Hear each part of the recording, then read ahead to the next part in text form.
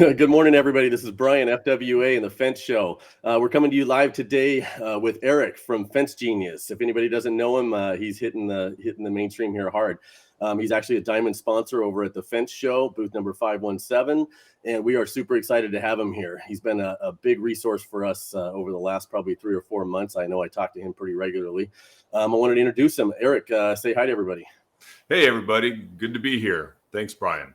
Yeah, of course, man. Of course. I'm excited. I know you're up there in Washington. You're getting dumped on rain, aren't you?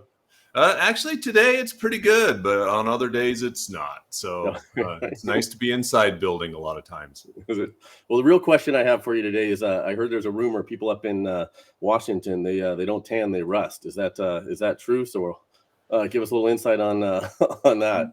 Yeah, that's about right.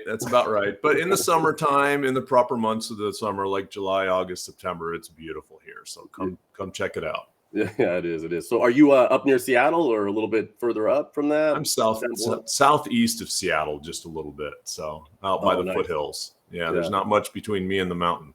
It's just beautiful. Yeah, it's beautiful. What got you into the fence business? I know we chatted a little bit before about that over on the wood side.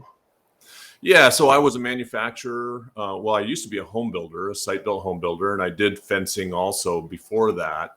And then I migrated into manufacturing, and I was a manufacturer nationally for Home Depot. I was in over 1,800 of their stores across the country, manufacturing wood products. And at the same time, I was one of the largest wood panel producers. They were all lattice top panels, but for the West Coast into the Northeast, out to Hawaii, I shipped kind of all over the place.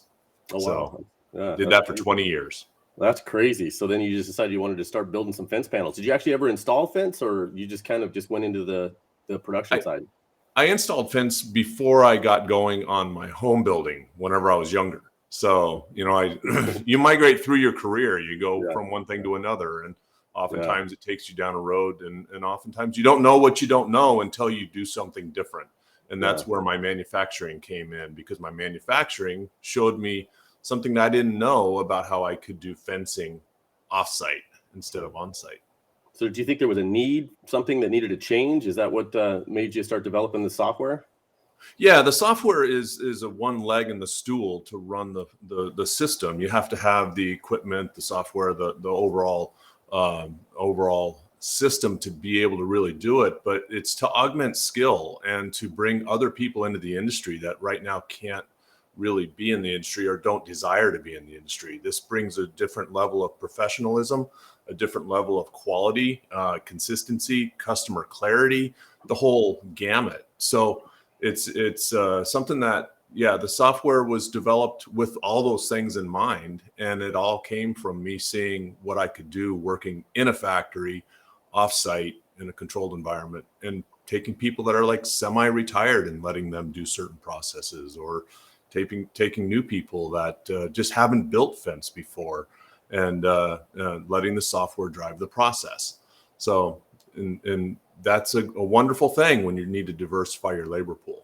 Yeah, no, I mean, I've been watching some of the videos, and I know we talked, and I'll be honest, in the beginning, I wasn't sure what it was. Was it software? Was it hardware? Because I mean, I see you bouncing back and forth in a lot of the videos, and I think a lot of us get, we kind of tune out, probably in a short period of time, because we're just not quite sure what exactly is Eric and Fence Genius all about.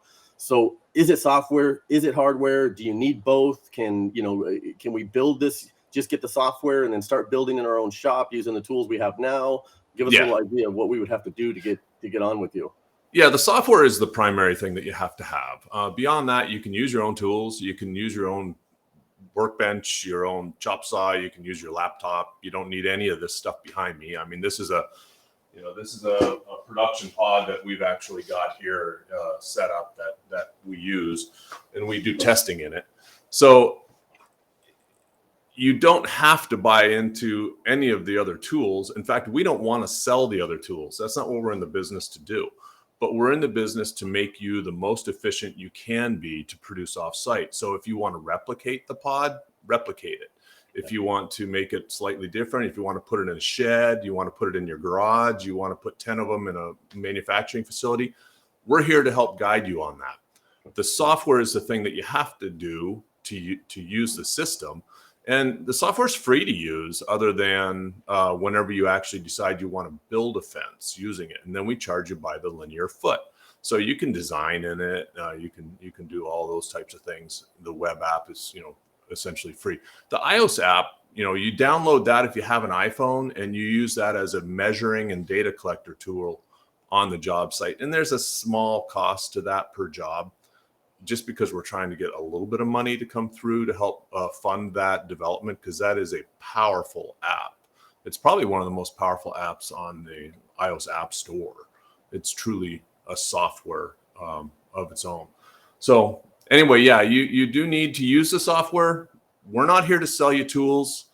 We're just here to try to give you a layout that you can use and replicate. And if you want to buy a turnkey system, then we can try to put one together for you. Yeah. So I see a lot of your videos, you're building these panels vertically or up against a wall at a slight angle. And you've got, a laptop set up or a computer monitor set up next to it. So are these things going to be, are we going to be able to just build these on our normal? I mean, most of us don't have a table that's inverted like that or anything like that. So can we just build these on a flat shop table that we have now set up, or do we need to kind of modify something? Yeah, there's a setting in settings in the software where you can select that you want to build on a 4x8 sheet of plywood. And you can do it that way if you want to. It's not going to be as efficient, but it does work. And especially if you're using kits that we perhaps manufacture in a factory and send them to you, then you can assemble them on the plywood. The plywood acts not only as your work surface, but also your square. And there's little layout marks that end up on the components that are key to align everything. So basically the software, it's to help you know where to cut, the measurements, everything, so that you can build a panel in your shop in a controlled environment. So you're not standing out in the rain, the snow, the heat, and just a little less time out there in the actual real world with the sun and everything beating on you. Yeah. And it's so that your crew, when they're done with a job, just rolls into the next job. There's no packing up tools. There's no driving to the job site. It just, you're just, okay, the mouse is what takes you to the next job. Yeah. And so the person that's building, the materials are right here.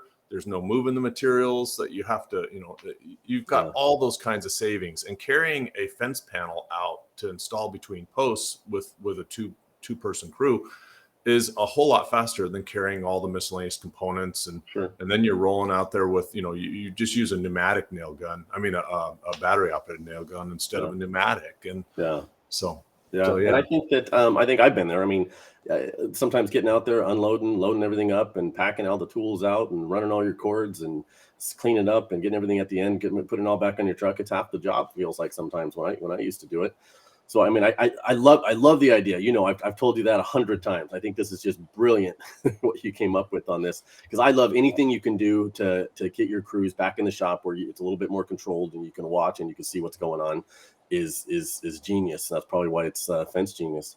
Well, it's been a lot of years in the making. So, so besides all of that, time-wise though, I mean, and I think it's just, I think it's a big benefit whether you're saving time or not, but I'm sure you've done all the math and all the numbers to tell us that it's actually saving some time by building these panels, your wood panels in the shop.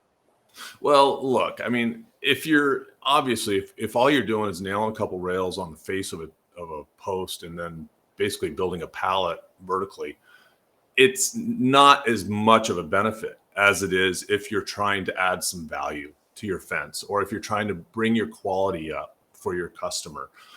There's different benefits to using software, including properly orienting the slight defects that the wood brings your way and being able to use them better, or being able to set aside a component that needs to be used later in a different location and just having it right there when it's time to use it.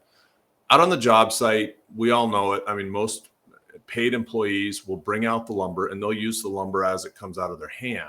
And maybe they'll orient it some, but they don't tend to orient it as much. In a controlled environment, you can reuse that lumber in different ways. And so you upgrade your quality. You also, with the software, even if you're doing the same cost overall, you're creating customer clarity. Your customer is able to know what they're going to get by looking at the software, because the software shows them contour following custom fence systems. Then if you get into doing anything beyond a standard dog ear, fence, you have the ability to do it in the controlled environment, and the cost to do the additional quality just isn't that much for you as the manufacturer, because the person that's working in the pod, even if it takes them 50% longer to do that higher quality panel, as a component cost of the entire per linear foot price, it's not that much of an issue. So the upcharge for you as the contractor isn't as much. Yeah. So you can start selling some other things.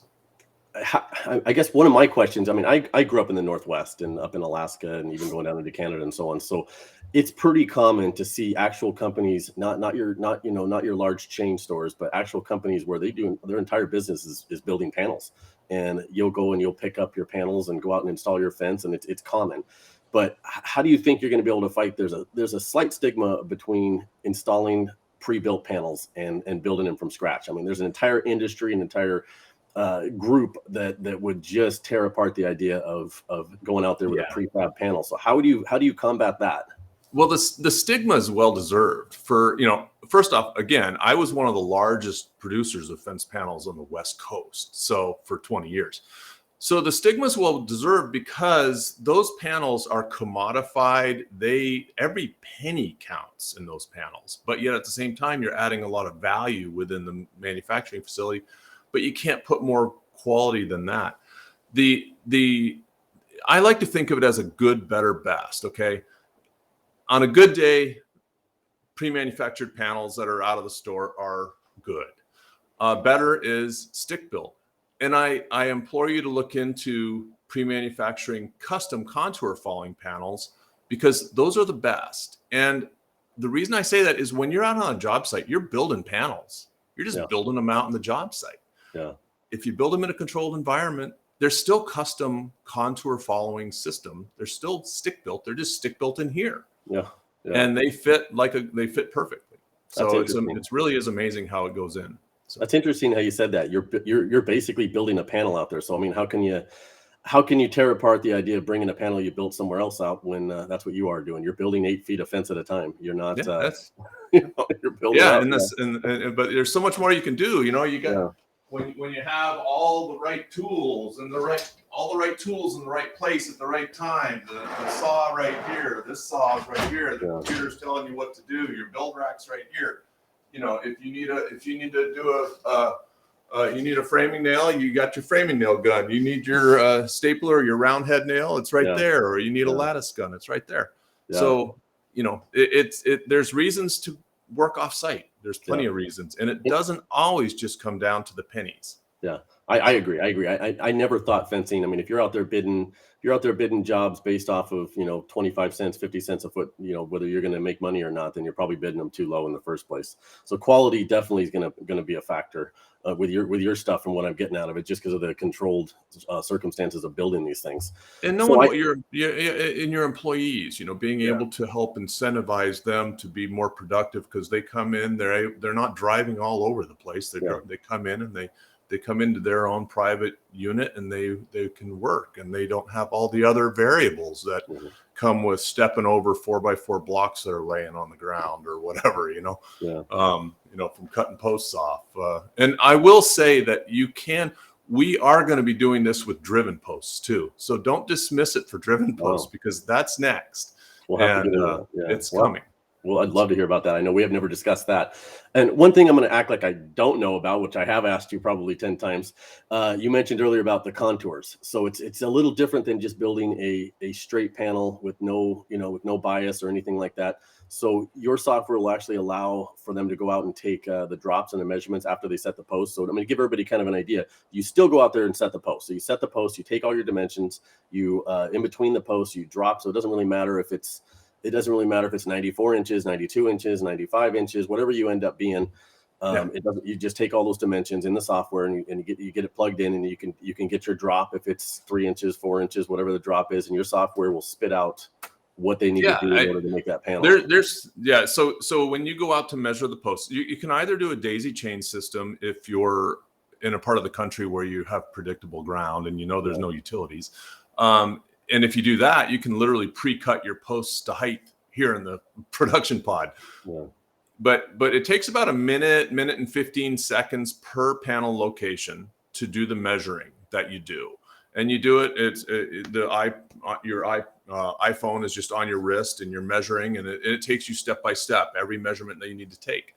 And then whenever you build, the software is the thing that, based on the design that you've made, is the system that decides the elevation changes, because you can float over sharp terrain, like hips and valleys. And then if there's, compound angles, all that comes into play. It doesn't matter. The software knows about that. So. Right. Yeah, that's interesting. Yeah. I mean, I love the idea. I think it's going to take off once everybody gets their head wrapped around it. It's just going to take a little bit. And now's the time to try something new, because, with the economy turning and slowing down a bit, this will bring new opportunities for people, new ways of doing it. And I agree that right now, today, a lot of people, you wouldn't offer your customer 10 different styles or 20 different styles. But in the future, you may find that that's a way you can differentiate yourself, especially if you find that working in a production environment like this, the labor cost of assembling only goes up a small portion, which is, at the end of the day, not that big of a portion of your overall per foot cost. Yeah. So. Yeah. And a quick question on this then, onboarding process. Okay, give me an idea. I mean, I know you've had somebody that didn't know almost anything about fencing, either one of your customers or somebody that worked for you, and you put them on your software. Give me an idea of that onboarding process and how long it took for them to learn the software and to build a panel. Was this, did it take them a week to sit down? Did you have to do training? Did they have to watch 50 videos? Did you have to sit in there and go over nonstop? No, don't touch that. Do this. Don't do that. Give me an idea how that onboarding process is. I'll tell you one thing. Don't watch my videos, because I'm terrible at videos. But anyway, the training is it's not that difficult to learn how to do this. It really isn't. It's just getting in there and playing with it. Again, the software is free to use. You go out there, you can use the Google Earth image to float over a property, of course, do an aerial view, do your scratch pad type thing, point and click, and get your 97% accurate estimate. And then you can go into there's various ways you can bring elevation data in, and just, you go out to the job site, and you may only know some of the elevations, or you may go out, and if you use the iOS app, you may go out and scan the yard in. You can literally use the LiDAR app in our iOS app and scan everything, and it will bring in all your measurements and your elevations. Now, you don't build a finished system off of a scanned job. I will say that it's not that accurate. It's great for estimating. It's great for giving the customer clarity of what they're going to see. So there is a little bit of a learning, there is something, you can go down the rabbit hole if you want to and learn all kinds of things, but to just do basic fence systems, no, it's not that difficult. Just do a dog ear board panel or something like that. It's what are you thinking? You could be building panels the same day? Oh yeah. Oh, hands down. And I'm always available. I'm always here trying to help out. So info@fencegenius.com, or you can reach out to me at eric.knudsen at SigDev Inc. SIGDEVINC.com. And I'm happy to help you and happy to help teach you however I can. Well, I'm excited. Well, and thank you again for being part of the show. I mean, I can't tell you the support we've got from Fence Genius since the beginning of this thing has just been huge, and always love chatting. I'm sure we'll get back into some more. I'm going to have more questions, and people are probably going to start asking me now a little bit about it. So hopefully everybody gets a chance to come visit Eric over at the booth number 517. Yeah, and, August in Vegas. Yep, August. Great. So, it'll be great. I hope everybody's there. Still gonna be a little bit warm during the day, but it's going to cool down. We're going to have lots of events. And again, thank you for coming on today. Yeah, well, thank you, Brian. We appreciate it. So have a good weekend. You too. Talk to you later. Bye.